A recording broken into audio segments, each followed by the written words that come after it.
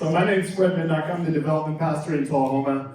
And I'm also going to be the pastor of the Menlo campus when that starts. So super excited about that. Pretty awesome to be a part of all those things and all those situations. But I get to be here with you all this morning, which is awesome as well. So I get to talk about difficult situations. So I'm not sure if anybody's had a difficult situation in their group ever. Has anybody?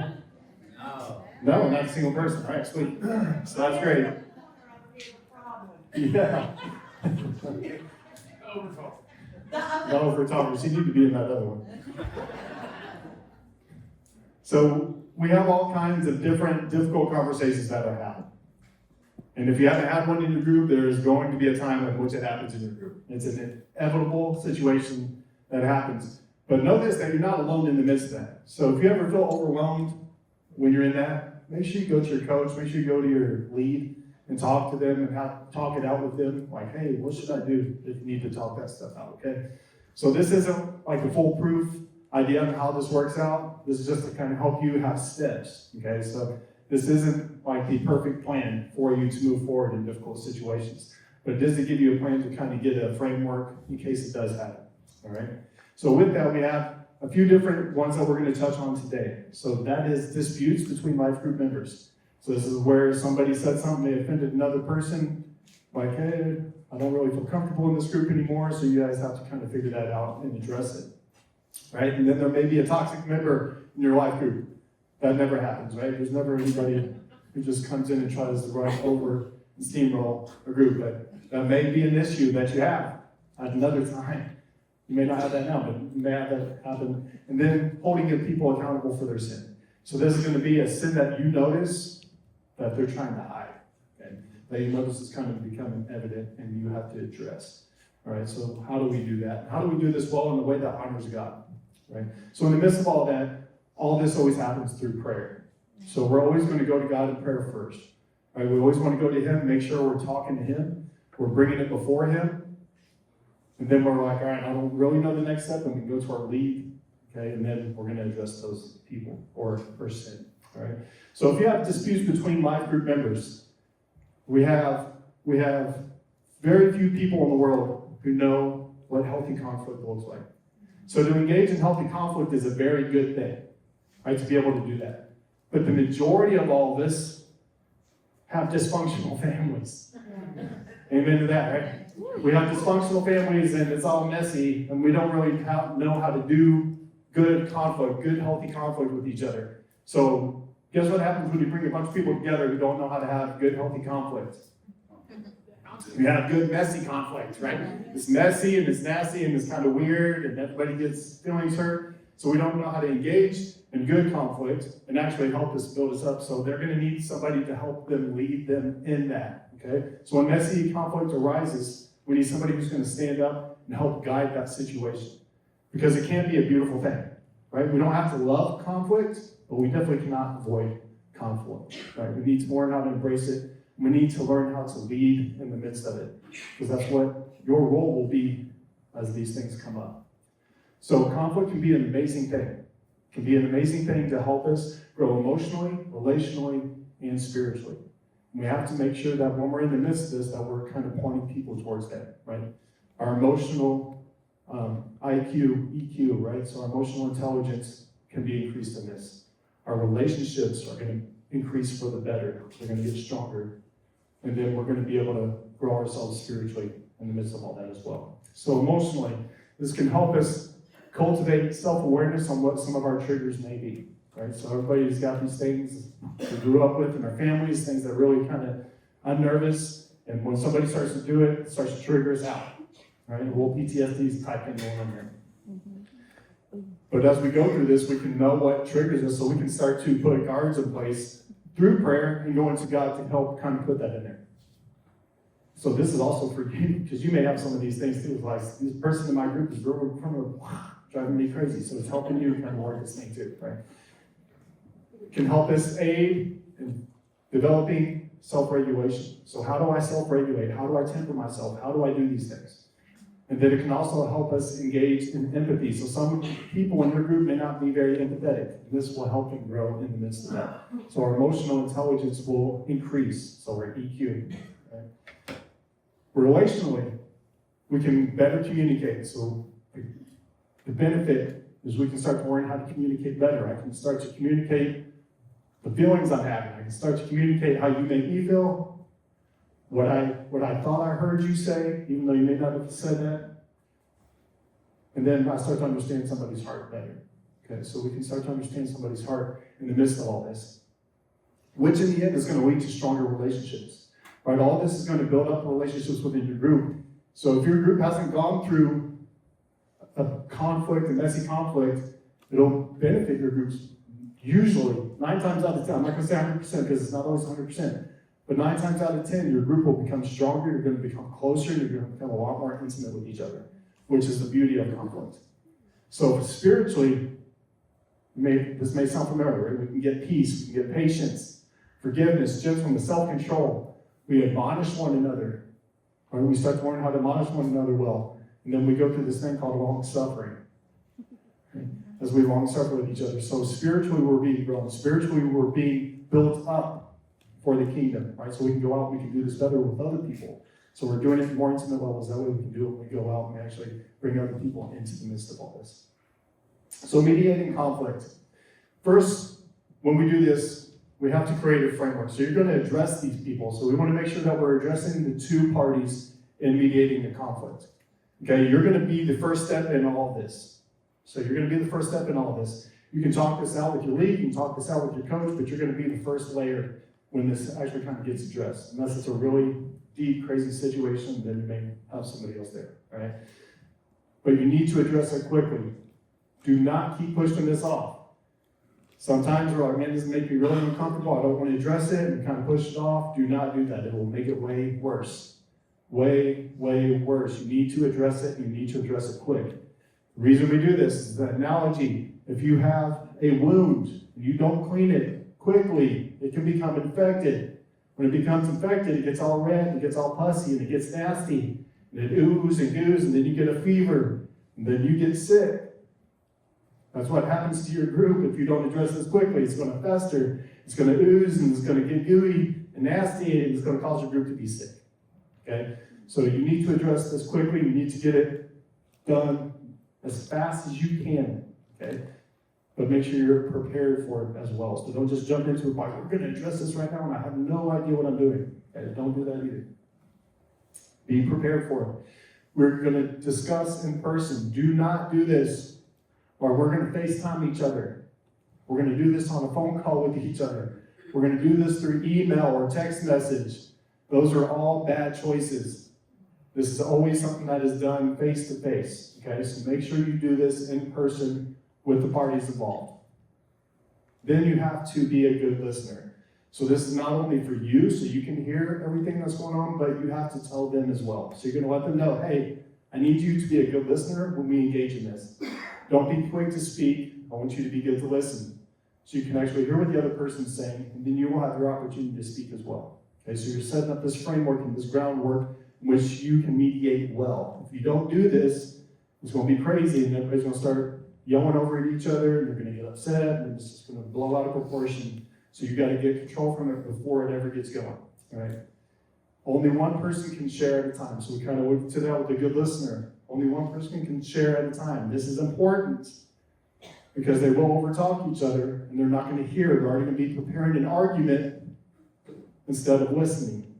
Okay, so we have to make sure one person at a time only. And for you, this is a one-time deal. Okay, so this is a one-time deal. If it doesn't get resolved at this point, that's where you bring other people in. Okay? If they need to go to counseling, they need to be referred out to counseling. We have a pastoral team here at Murfreesboro. You got pastoral teams at all the other campuses as well who will take this on. Okay, you do not have to carry this burden. It is, if it doesn't get fixed in this one time, refer out. Okay, and then they may actually need some professional counseling. Okay, because it may have been something that is a little deeper and more difficult that needs to be addressed. All right, but don't be afraid to refer out ever. Okay, and don't take on more than what you can. Now, if you're discipling somebody and you're walking with them, that's one thing. But you trying to counsel people over and over again, that's not what you all are being asked to do ever. Okay? So refer out to that and let the pastoral staff handle that, okay? So mediating conflicts, when you guys are in the midst of it, when you are trying to mediate this conflict to bring resolution to it all.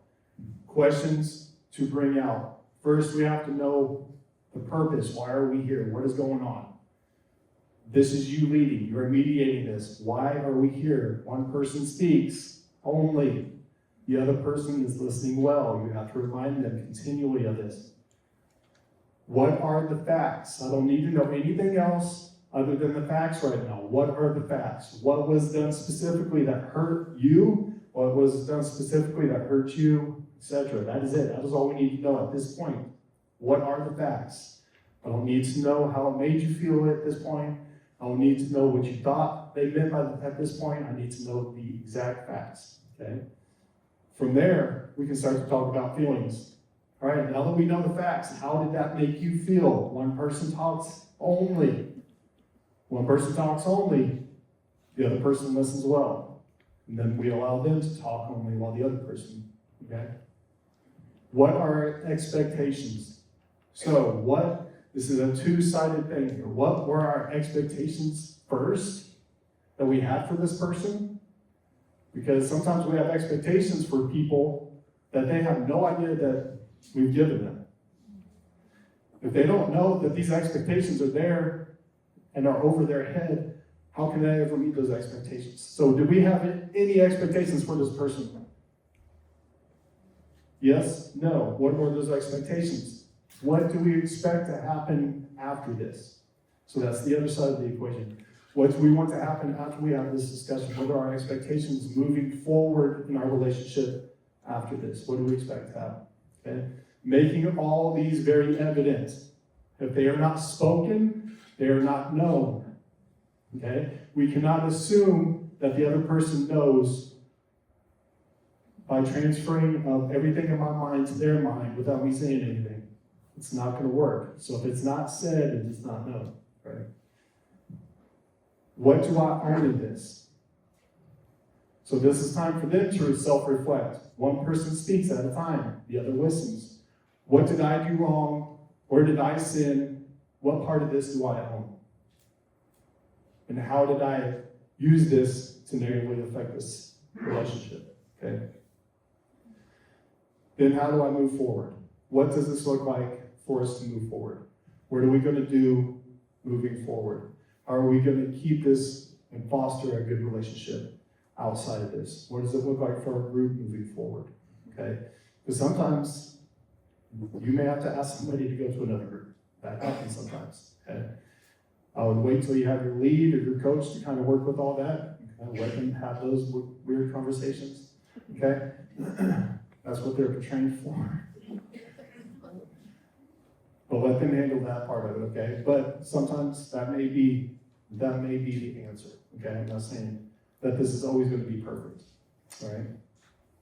All right, so what does it look like for a toxic member? How do we engage with the toxic member, and how do we address behaviors that are adverse to the group? So somebody that's coming in and just steamrolling everything, they may not be keeping things confidential within the group, right? They're coming in, they're like, oh, I'm just doing all these things, I'm putting them on the prayer list, whatever it is.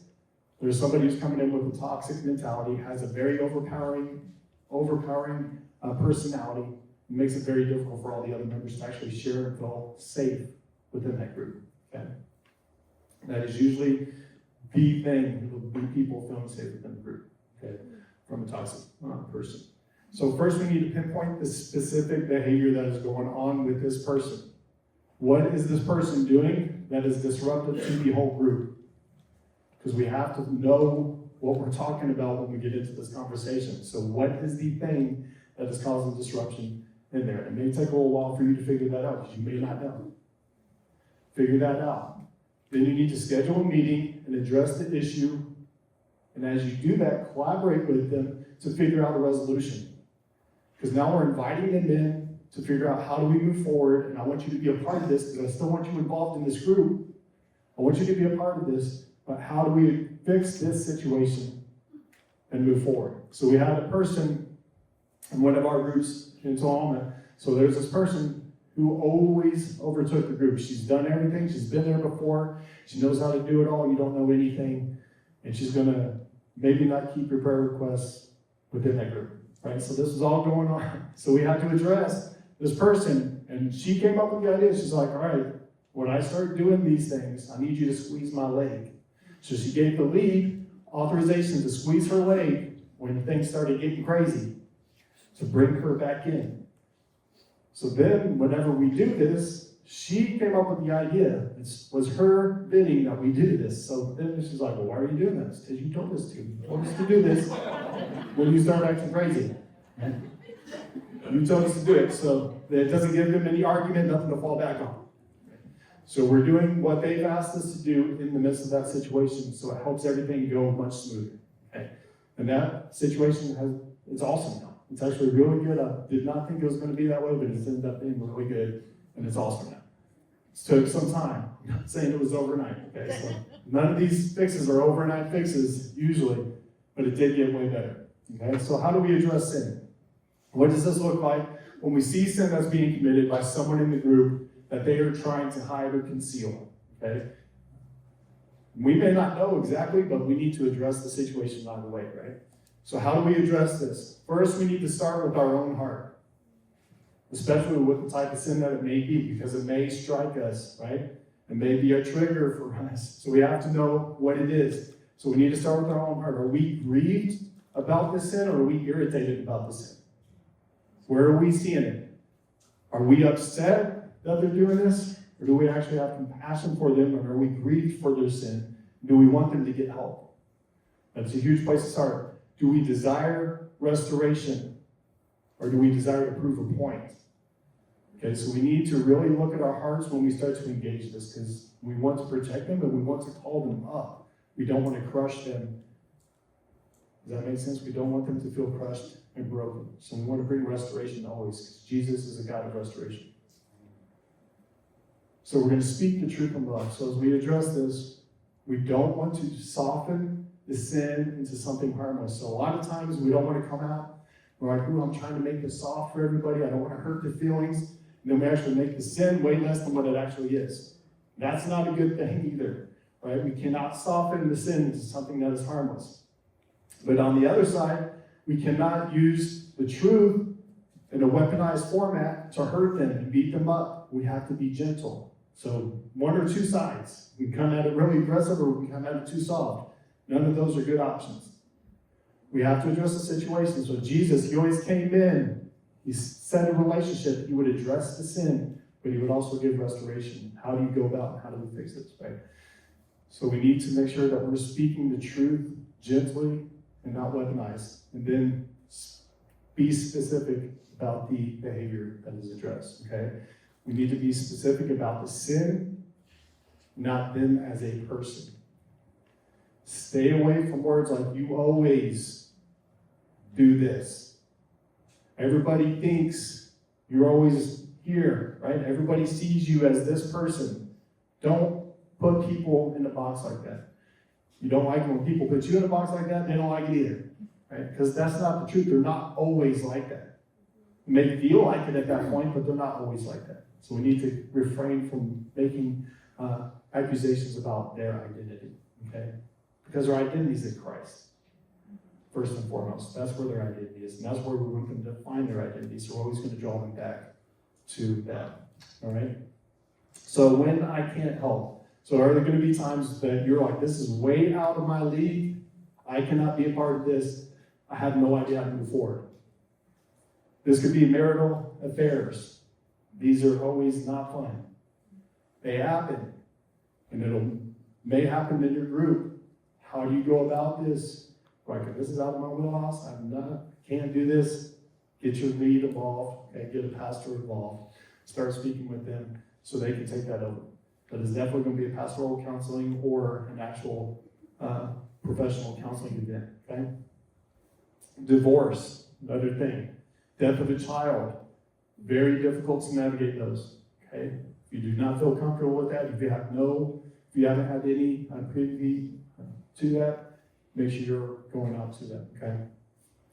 Sin, such as porn, drugs, or other addictions. You may not know what to do in the midst of that. Refer out, okay? Always refer out. Then mental health disorders, even the pastoral staff really can't help much with that. That's usually professional, okay? So we're gonna always refer a professional usually to those type of things. So definitely don't try to take that on yourself, okay?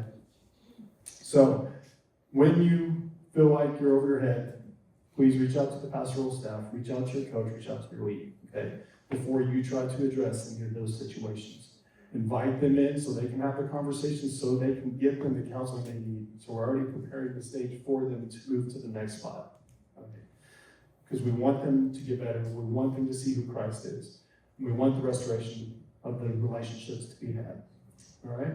So with that, we're going to get into our groups now. We have a few discussion questions there for you. We're going to take the rest of the time for these discussion questions. Okay? All right, thanks.